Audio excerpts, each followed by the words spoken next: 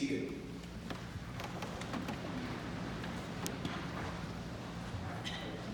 Good morning and God bless St. Thomas's Church. My name is Rabbi Marx, and it is my honor to address you this morning.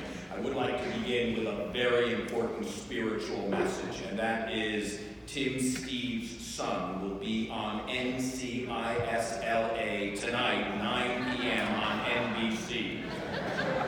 Please do not miss that performance.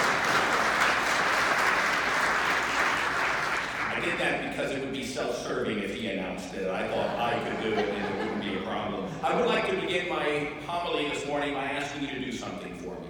Would you please briefly turn to your left, turn to your right, wish each other a greetings, and tell them they look fabulous today.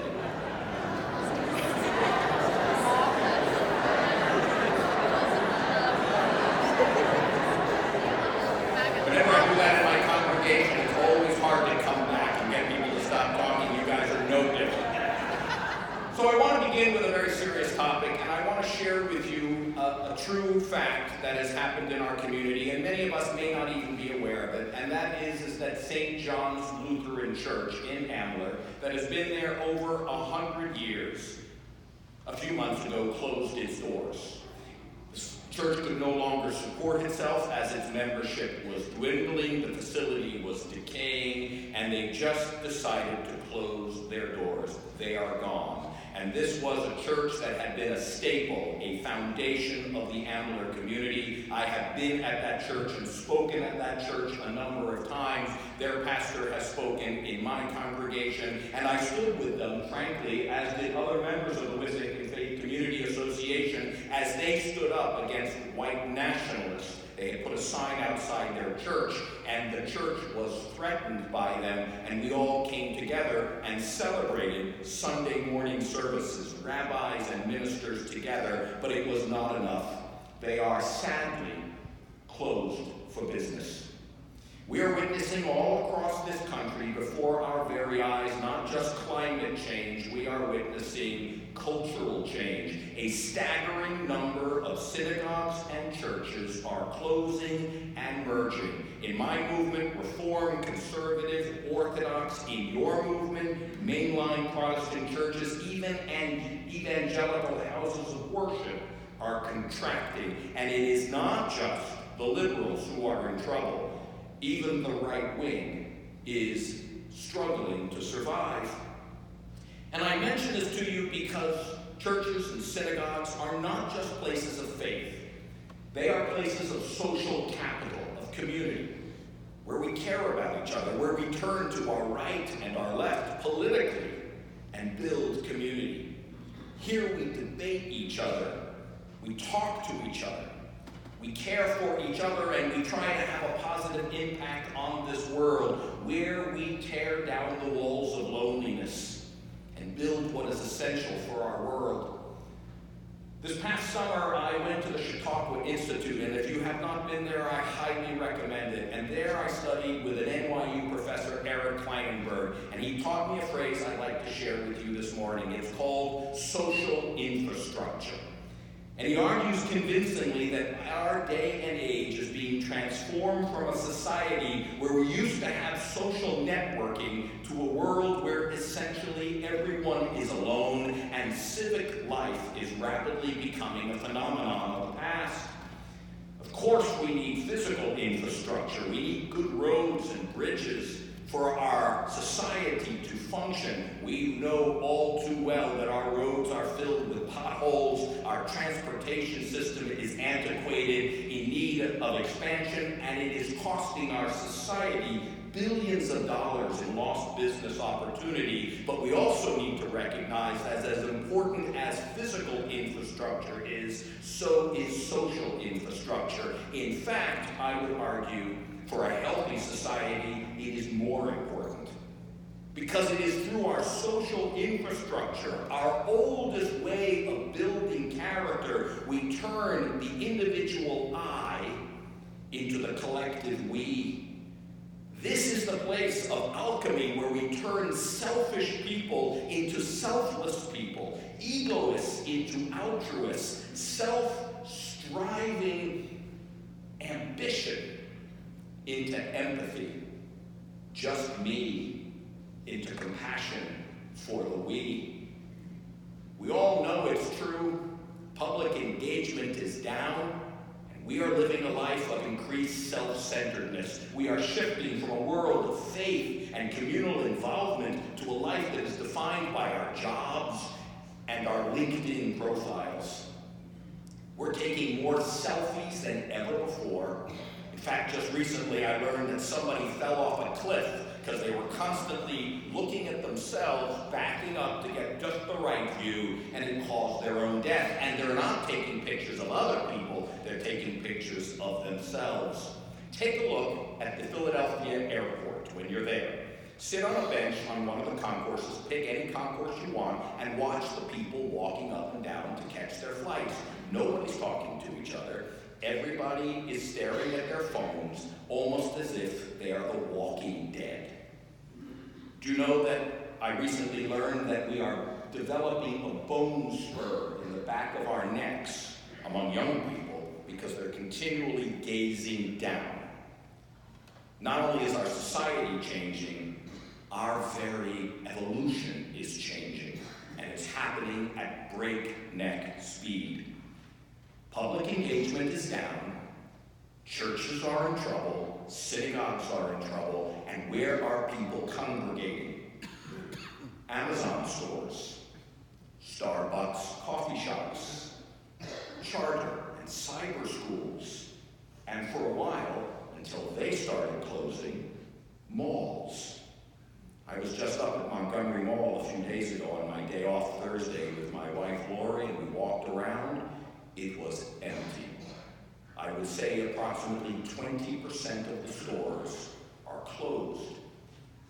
Now you may say, so what? What does it matter where people congregate? Societies change. We need to be adept. We need to adjust. Stop worrying about it. Things change. I'm here to tell you it does matter.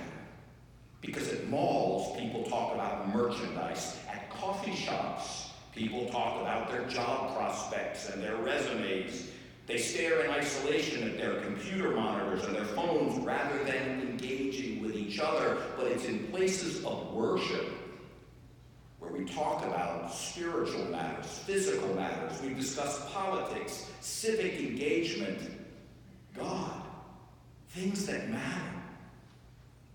St. Thomas, Beth Orr must survive because we are the place that build and teach people how to get along with each other and talk to each other. And yes, red Christians can talk to blue Christians, and blue Jews can talk to red Jews. You know what I'm talking about, right? Where else does that happen? God help us if it's only on the internet, because there the trolls will attack you, and the most vitriolic hate can be spewed without any consequences. People say on the internet what they would never say to another person. Drive down the Ben Franklin Parkway and tell me what you see. You will see the great institutions that the founders of Philadelphia built. You will see a science museum, an art museum, a natural history museum, a cathedral, a public fountain, and a free library. That was built 100 years ago. Places where people will come and congregate and talk and discuss and appreciate the grandeur of life. What great institutions have been built in Philadelphia in, let's say, the last 30 years? I can think of two. Sports arenas, where people yell obscenities at each other, and casinos, the loneliest places on the planet, where people stare at their screens, constantly keep pushing buttons, smoke their cigarettes, and slowly die of loneliness. That is our legacy, and we never say a word about it. As a child, I remember my mother had a large coffee pot. She had what's called, you guys won't know this, it's called a percolator. And a percolator allowed people to have large cups of coffee and share it with their neighbors. My mom kept frozen in the freezer an Entenmann's coffee cake, and she told me, never touch that coffee cake. It's for company. And I would always hope someone would drop by and I would get to take a slice of that Entenmann's coffee cake. Now, you know what happens? Nobody drops by. In fact, I was even chatting with Pastor Briggs, and we were saying, like, you don't just drop by and say hello. In fact, even if you do, you have to call from the driveway just to make sure that if you approach, it's okay to approach. Years ago, people would just stop by. My mom would turn the percolator on and have a cup of coffee and a slice of Entenmann's. Now, do you know what happens if somebody just drops by your house? You hide behind the kitchen idol because you don't want anyone to know you're home. We have something called a Ring doorbell. Any of you have a Ring doorbell? It creates the illusion that you're home, but you're not really home. The social infrastructure has changed. While so many are focusing on the opioid crisis, I want to bemoan another ignored problem that is the result of the loss of social infrastructure. And I'm going to say this slowly because it's important. Almost a quarter of 14-year-old girls have self-harmed in the course of 1 year. That is a deeply disturbing trend. A fascinating book called iGen is a thoroughly researched study of American children born after 1995, the first generation to grow up with smartphones. Jean Twenge, its author, observes that the rate of life satisfaction among teenagers in America has plummeted since 2012, while depression and self-harm and suicide have rocketed upward. It is no surprise, the author notes, what we know intuitively. Social media, smartphone addiction has played a major role in this pathology. Young people are spending between 7 and 9 hours a day on their phones. And the result? A loss of social skill, shortened attention span, sleep deprivation, and above all else, anxiety. There is a new phenomenon among teenagers today, and it is called FOMO, fear of missing out. Kids are constantly comparing themselves with the glossy images of their contemporaries. They're constantly posing, smiling, showing themselves, doing fun things, even when they're not, to create the impression that they're on the in circle. Young girl in our congregation posted a picture of herself on Facebook, and she took it down after about 3 hours, and our young youth director said, "Why'd you take your picture down? It was an adorable photo." And she said, "Well, I had it up for a couple of hours, and I only had about 20 likes. And my friends, they put a picture up, and it had 100 likes. So I didn't want to look like a loser, so I took my picture down."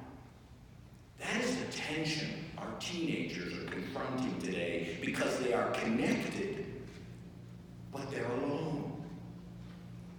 Twenge writes, "Our children are the most physically safe," forgetting what's happening in the public schools today with the violence, forgetting that for a moment, they are the most physically safe generation and the most mentally fragile.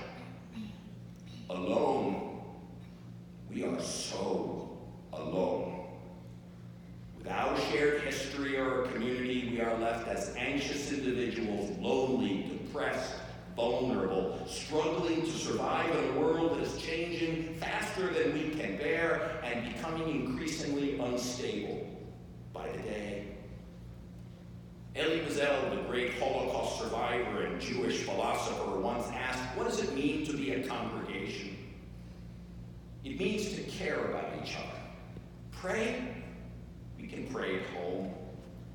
But we come here in a congregation because we want to share in each other's lives, in order to share each other's stories, and to be there for each other. Why is it that you hear the names of those people who are sick and you lift up their names in prayer? It's not just so we can pray for them. It's so we can be there for for them and cared for each other in an increasingly lonely and isolating world. The great British author Henry James once was very critical of America. He was from England. And he said, America is, and I want you to remember this, a hotel culture. By which he meant, in a hotel, you eat and you sleep, but you never fully unpack. You never move in. You never put down any roots. You don't own the place. You can mess up the room, and while you're out, some unseen person will come and clean up your mess and straighten it up. You care nothing for the person in the room next to you, because you'll be checking out the very next morning and moving on. Sovereignty matters, not responsibility. The person in the hotel has no attachment, only a series of limited liability partnerships with the guy in the room next door to you. And in a moment of crisis, you have nothing. As a country, as individuals, as citizens, as religious people of faith, we need to reject the hotel culture that is increasingly impinging itself on me and on you, and the decline of religious life in America. We need to support St. Thomas and Beth Or because it is the foundation of our civilization. It is the place of our social infrastructure. Because here, we help each other. Here, we care for each other. Here, we fight with each other. But at least we talk to each other. This is the place that is holy. And it is not only vital to this church's future, it is vital to the future of America.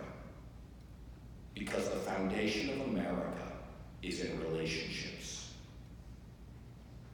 I really believe that one of the most important things I do in all the years that I work is coming here. Because I live in my silo. I live in my little Jewish world. And the pastors and the ministers and the rectors live in their Christian world. But I come here and I tear that down. And we get to know each other. And it's relationships that ultimately matter the most. Because I don't want to live in a hotel culture. I don't want to live like that. I don't want to live where all my relationships I can see in the palm of my hand. I want to look in your faces. And I want you to have to look at mine. My friends, together, in places like St. Thomas, we are stronger, we are safer, we are healthier. And believe it or not, even though our children may fight us,